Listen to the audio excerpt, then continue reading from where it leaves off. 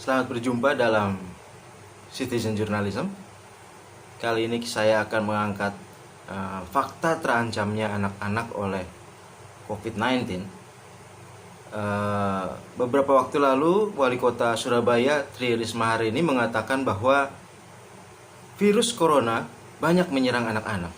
Pernyataan Bu Risma ini seakan mendapat pembenaran dari Dinkes Surabaya yang menjelaskan bahwa sedikitnya 20 anak terkena COVID-19 di Surabaya. Keterangan lain, Kompas TV memberitakan bahwa 80-an anak di NTB terkena COVID.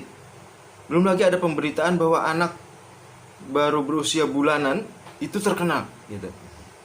Kemudian di NTT puluhan anak juga terkena COVID-19. Nah, kondisi ini tentu amat memprihatinkan dan memperlihatkan bahwa anak-anak kita itu berada dalam bahaya. Nah, sebagai orang tua, seluruh orang tua seharusnya mewaspadai ini. Data per 18 Mei 2020 mengatakan bahwa 584 anak positif COVID-19 dan ada 14 yang positif meninggal. Per hari ini kemungkinan data sudah meningkat gitu. Jadi ini amat memprihatinkan. Nah, menghadapi kenyataan ini yang sangat memprihatinkan ini, kira-kira apa saja yang harus dilakukan ya, baik oleh para orang tua atau oleh pemerintah dan oleh rakyat seluruhnya, menghadapi realitas bahwa anak-anak kita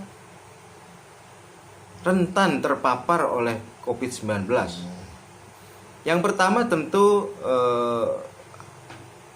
kondisi ini mengharuskan orang tua waspada ya. Lebih waspada lagi untuk menjaga anak-anak. Nah, kondisi per hari ini di mana sekolah masih diliburkan, tentu menjadi tanggung jawab orang tua agar anak misalnya tetap tinggal di rumah, tidak main terlalu jauh dari rumah gitu ya. Apalagi anak-anak yang sudah remaja gitu, kebanyakan yang sudah katakanlah mainnya agak jauh, itu harus dilarang gitu ya. Ini tugas orang tua untuk menjaga anak-anaknya agar terhindar dari paparan virus COVID-19 yang mematikan ini. Kemudian juga perilaku anak ya harus dijaga dalam arti bahwa orang tua harus memberi contoh bagaimana protokol COVID-19 itu harus dijalankan. Kalau harus keluar rumah itu harus memakai masker misalnya, kemudian sering cuci tangan dan jaga jarak gitu ya, baik dengan teman-temannya atau dengan orang lain, dengan orang tua, orang yang dekat dengan dia gitu. Kalau sedang katakanlah anak-anak sedang main sepeda katakanlah, harus diingatkan bahwa jangan terlalu jauh dari rumah, jangan keluar dari kompleks perumahan gitu ya. Dan kalau berpapasan dengan orang, setidaknya harus jaga jarak 1-2 meter gitu.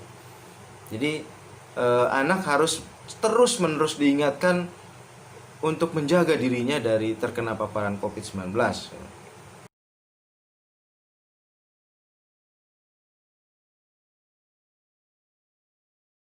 Bagaimana dengan rencana penerapan new normal, di mana salah satunya adalah membuka kembali sekolah? Apakah kebijakan ini sudah benar dan aman terhadap anak-anak? Ini tentu harus dipikirkan gitu ya, dengan baik gitu, agar kebijakan ini tidak kemudian quote unquote membunuh anak gitu ya, memunculkan korban dari kalangan anak-anak gitu. Akan sangat sulit misalnya jika benar-benar sekolah sudah dinormalkan untuk meminta anak untuk menjaga jarak ya, tetap memakai masker, sering cuci tangan ya. Akan banyak sekali anak-anak yang akan lengah terhadap itu gitu ya. Nah, karena itu kalau menurut saya sebelum penambahan virus ini di bawah 1, artinya sudah tidak ada penambahan positif corona baru, maka seharusnya sekolah nggak usah dibuka dulu gitu.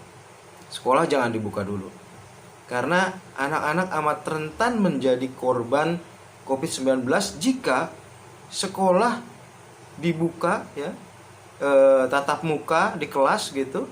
Padahal penambahan jumlah positif corona atau positif COVID-19 ini masih di atas 1. Jadi hanya ketika positif corona, positif COVID-19 ini di bawah 1, atau dengan kata lain tidak lagi penambahan, maka sekolah itu sudah bisa dibuka gitu. Saya kira Kemendiknas ya dalam hari ini Menteri Pendidikan Nadiem Makarim tentu harus lebih bijaksana lagi untuk menerbitkan kebijakan kembali dibukanya sekolah gitu. Dan hanya ketika kondisi 100% aman buat anak-anak, maka tatap muka di sekolah itu bisa dibuka kembali.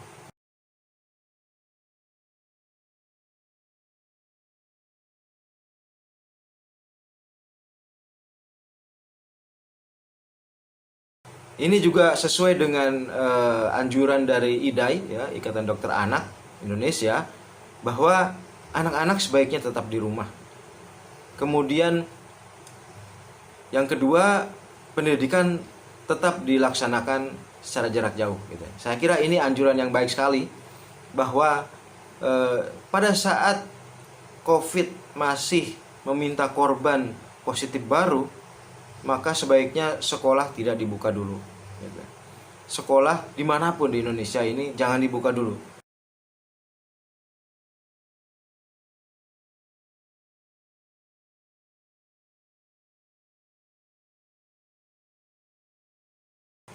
Korea Selatan adalah contoh bagaimana mereka salah dalam membuat kebijakan ya. Ketika new normal dan kemudian sekolah dibuka, ternyata angka positif COVID-19 langsung naik gitu. Dan kemudian kebijakan berikutnya dari pemerintah Korea Selatan adalah menutup kembali sekolah-sekolah ya, membatalkan new normal itu gitu. Ini saya kira pembelajaran bagi pemerintah Indonesia bahwa berhati-hatilah ketika akan menerapkan new normal di Indonesia gitu. Dan kebijakan misalnya per daerah, per kabupaten kota, saya kira new normal per kabupaten kota juga itu riskan ya, karena mobilitas penduduk dari satu kabupaten ke kabupaten lain itu kan tidak bisa ditutup sama sekali. Artinya kalau di satu daerah itu sudah new normal, berkegiatan biasa, kemudian ada orang masuk dari kabupaten lain dan kemudian dia membawa virus, maka new normal itu akan gagal juga.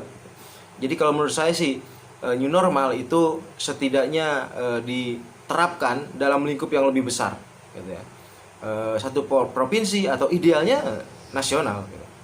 Pada saat penambahan jumlah korban COVID-19 itu sudah di bawah 1, dalam arti bahwa sudah tidak ada lagi positif COVID-19 baru secara nasional, maka new normal itu baru bisa diselenggarakan, kemudian sekolah-sekolah juga bisa dibuka kembali dan anak-anak bisa belajar dengan tatap muka kembali. Sebelum itu saya kira sekolah-sekolah harus tetap ditutup, ini demi perlindungan terhadap anak-anak kita, agar korban yang jatuh dari kalangan anak-anak tadi misalnya data sudah ada 14 anak yang meninggal gitu, mungkin datanya sekarang sudah bertambah, itu tidak kembali bertambah, bahkan kita bisa hentikan. Jangan sampai mereka generasi ke depan, generasi masa depan bangsa ini kemudian harus tewas ya akibat virus corona, akibat kelengahan kita dalam menjaga mereka dari terpaparnya mereka dari virus COVID-19. Saya kira itu terkait dengan realitas bahwa ternyata COVID-19 membawa banyak korban dari karangan atau usia anak-anak. Ini jangan sampai kelengahan ini terulang, terutama pemerintah dan juga kita semua sebagai rakyat harus benar-benar waspada akan hal ini. Terima kasih. Jangan lupa like dan subscribe.